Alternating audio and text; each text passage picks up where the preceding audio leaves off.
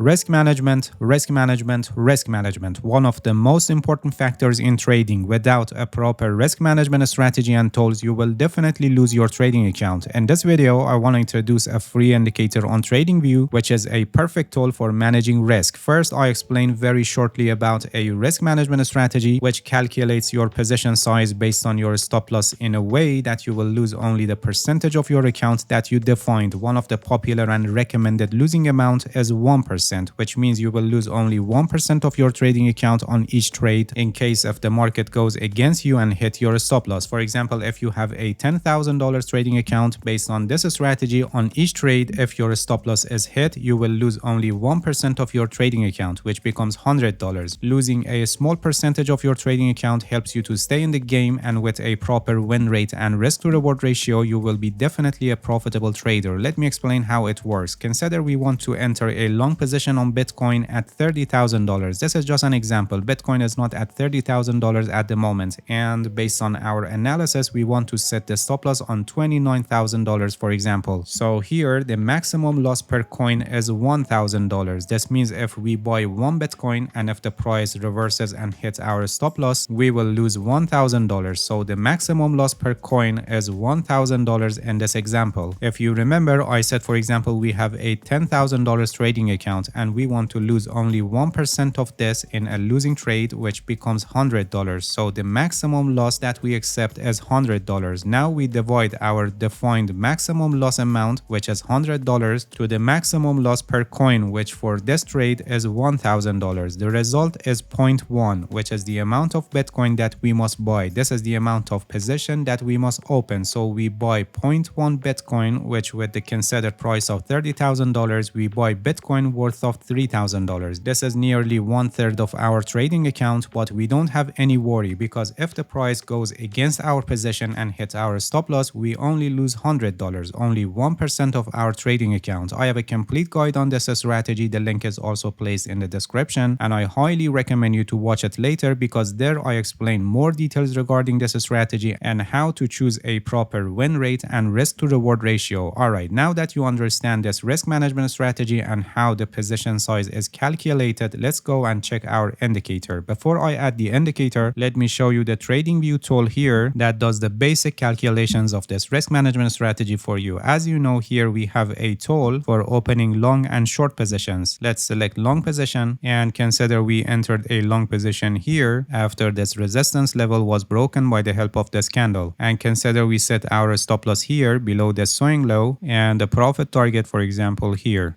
in the settings of this tool, you can define your account size here. Consider we have $1,000 account, and here you define your risk, which we set it at 1%. So we will lose only 1% of our trading account if the price hit our stop loss. And the profit and stop loss levels that you see here are the ones that we set them earlier here. Now this tool, by the help of the risk level that we defined and the amount of our trading account and also the level of our stop loss that we set here it shows the amount of our position size. This is the price chart of euro to US dollar, and we should buy approximately 2,600 euro. Our account size is $1,000, which means we can also use leverage and open a position greater than our balance, but we don't have any worry because if the price reverses and hit our stop loss, we only lose $10, only 1% of our trading account. Alright, now I want to introduce an indicator that does the same thing but with more features and options that are extremely helpful in trading. Here we click on indicators and we search trade and risk management tool, this one, which is written by Zierman. When we click on this, nothing will be added to our chart until we click on the point of our trade entry. For long positions, we click below the current price of the market, and for short positions, above the current price of the market. We consider our previous example where we entered a long position here after this resistance level was broken. So we click here at this point.